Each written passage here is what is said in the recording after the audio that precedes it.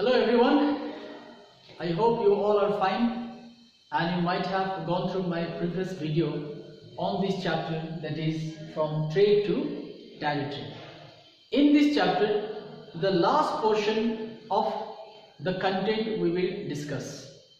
Do you remember in the previous video we try to understand the company paramountcy, it means the company supremacy, where we have discussed that early 19th century the company has followed very aggressive policy of annexation under the governorship of Lord Hastings, that is from 1830 to 1823.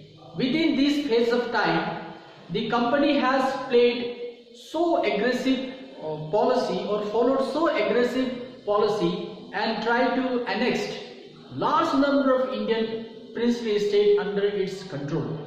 Then next to that, the company follows another policy under the Lord Dalhousie in the year 1848 to 1856, and rest part of the kingdoms were tried to annex under the company's control in the wide range. So the policy which the Governor General Lord Dalhousie followed to annex the various princely state or the kingdom was called as what? The doctrine of lapse. Now what is this doctrine of lapse? We will try to understand. According to the doctrine of lapse, it says that any Indian princely state, if don't have its own biological successor after the king, such territory will be annexed under the company's rule or colonial rule.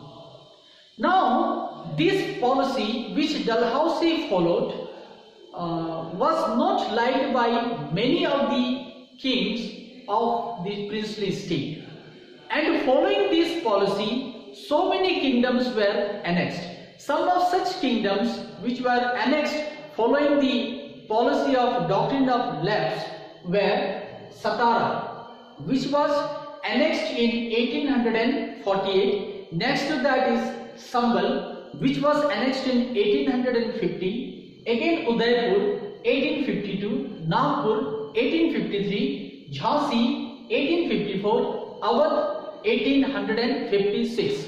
After the annexation of Awadh, the almost entire princely state functioning under the different Indian rulers comes under the direct control of colonial rule. Do you know the annexation which the company started following the doctrine of lapse made so many Indian rulers unhappy, and which simultaneously lead to the revolt, and that revolt in the history came to be known as Revolt of 1857. Revolt of 1857 is also called as a first war of independence, about which we are going to discuss in the detail in the next chapter. So after the annexation of the large number of Indian princely state, now the British East India Company, they thought of creating a new administration. It means they planned for setting up a new administration. Do you know the Warren Hastings? He played a very crucial role in the reforming this administration. The Warren Hastings was the first Governor General to India from British East India Company, and his period, if you see, from 1770 through to 1785, he brought uncountable reforms in the administrative system. Let us try to understand what sorts of reform he brought. First, the creations of presidencies.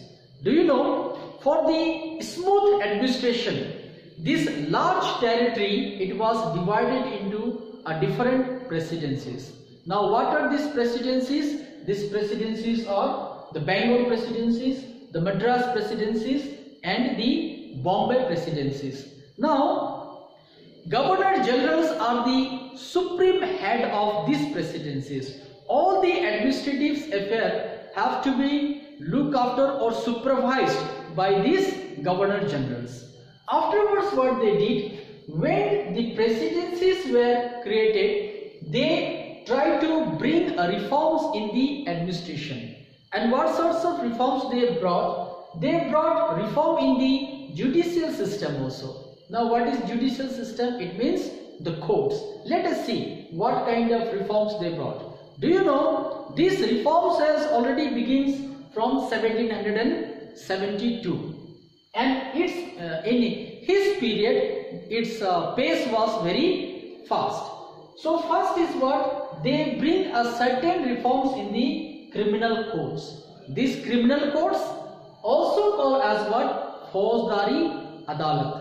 Now what they did, for a better administration, these criminal codes are established in every district in 2 in number.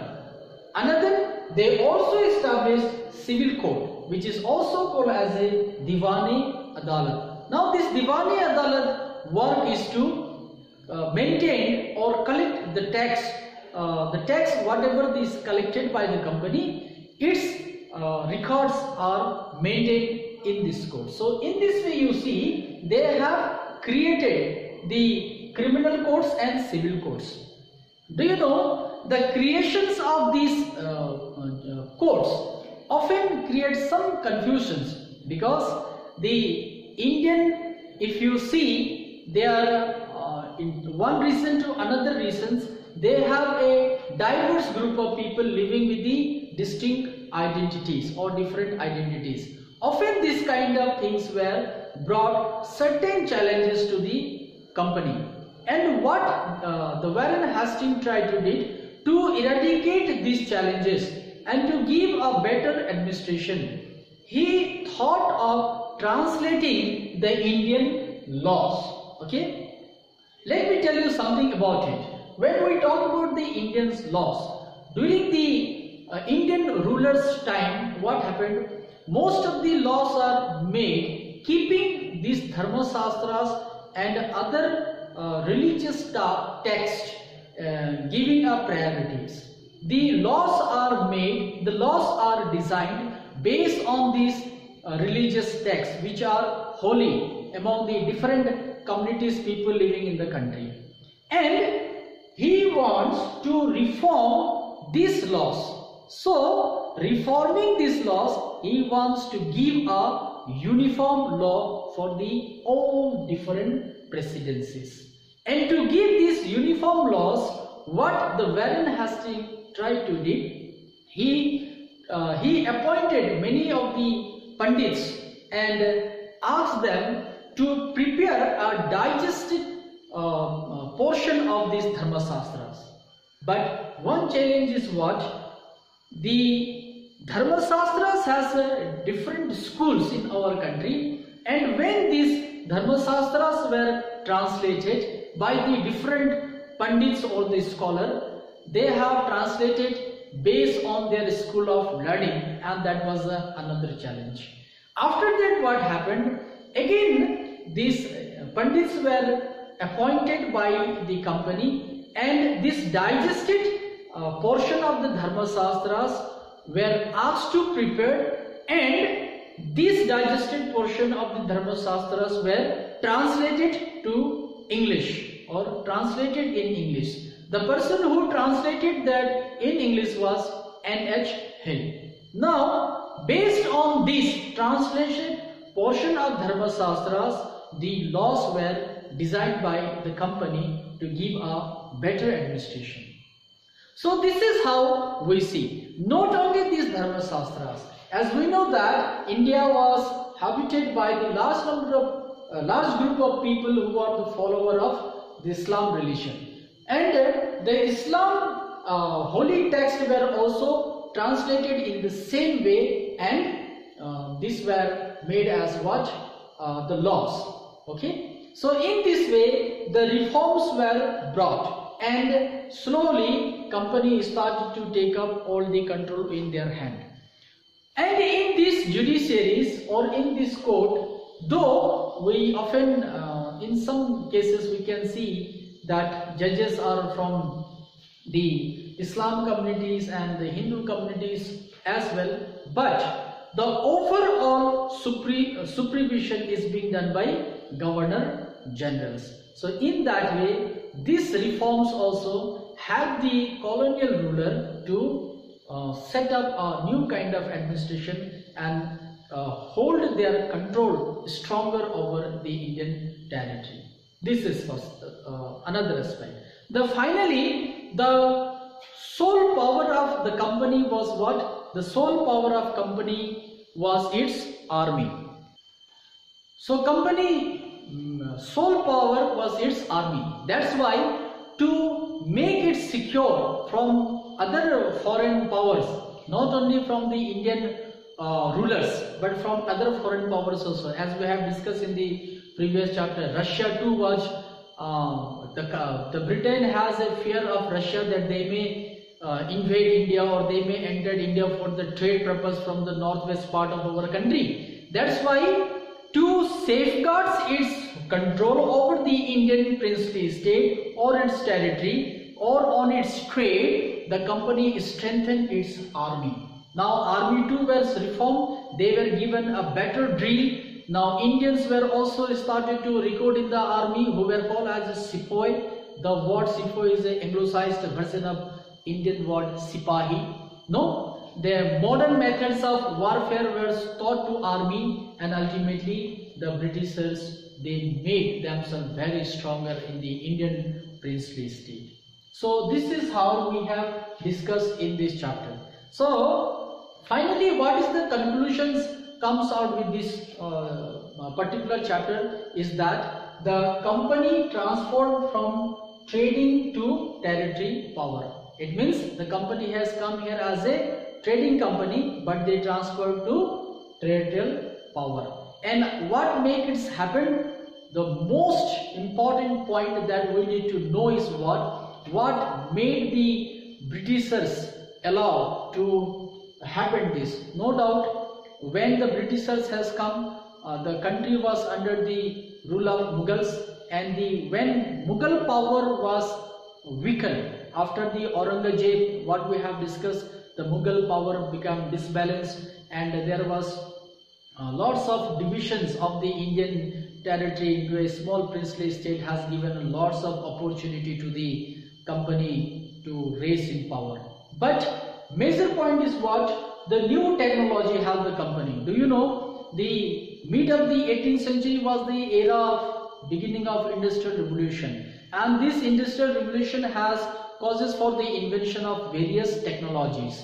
Now among these various technologies, steam engine was one of the most important assets for the company, because initially when company come to India, it takes almost 6 to 8 months to reach India from London or from Britain to our country. But invention of this steam engine has eradicated this long duration, and now the British and the England and the Indian journey just turned into a 3 to 4 weeks. Can you imagine, when initially before invention of this steam engine it takes 6 to 8 months, but after the invention of steam engine it's hardly take 3 to 4 weeks.